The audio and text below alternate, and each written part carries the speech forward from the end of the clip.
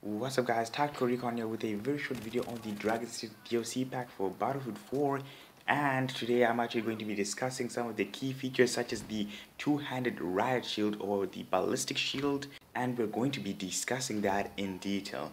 Now just to get everyone on the same page right here, the Dragon Shield DLC drops you into the urban combat across Asian cities in the 4 OU multiplayer maps. Now as for the DLC, DICE also plans to implement 5 new iconic weapons such as the Ballistic Shield, now the Controllable Unarmed Ground Vehicle also known as the RAWR, 10 brand new assignments and a new game mode named Chain Link, where you create chains by linking up together capture points to win the battle.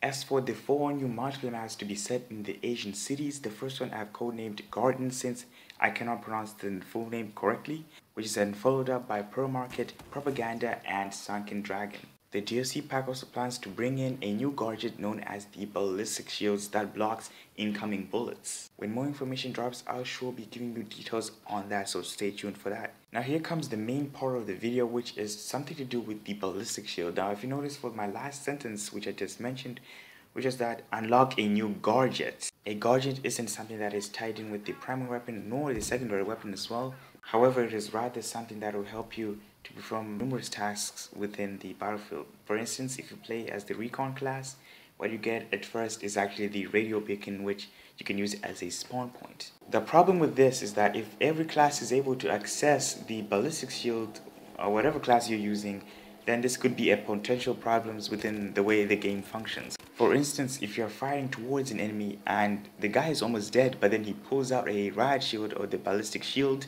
I mean, in my opinion, this is a pretty cheap way to get away with it, but it may be actually fun to actually use within the game. Now, since it's coming along as a gadget, we're going to be seeing some pretty crazy class setups.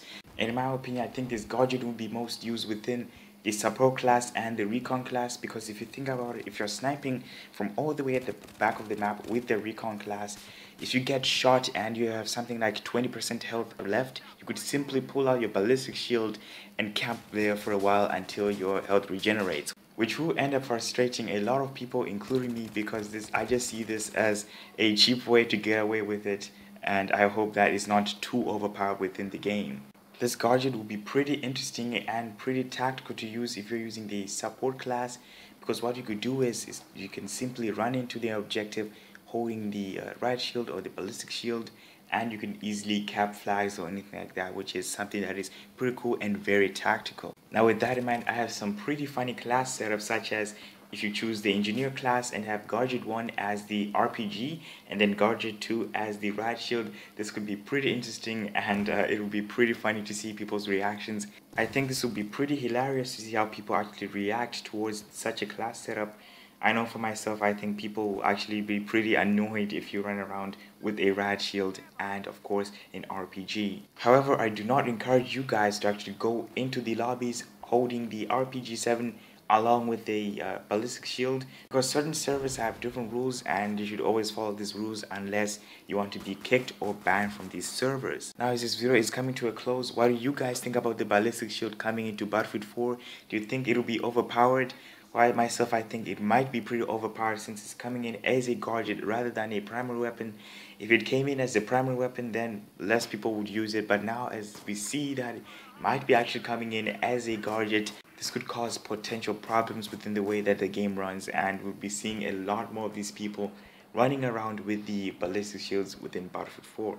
So that was it for today, folks. This has been Tactical Recon here. Be sure to leave a like if you enjoyed this video, and be sure to follow me on Twitter at TacticalXRecon. And also be sure to subscribe if you're new to my channel. So that was it for today, folks. This has been Tactical Recon here. Until then, Wappa out.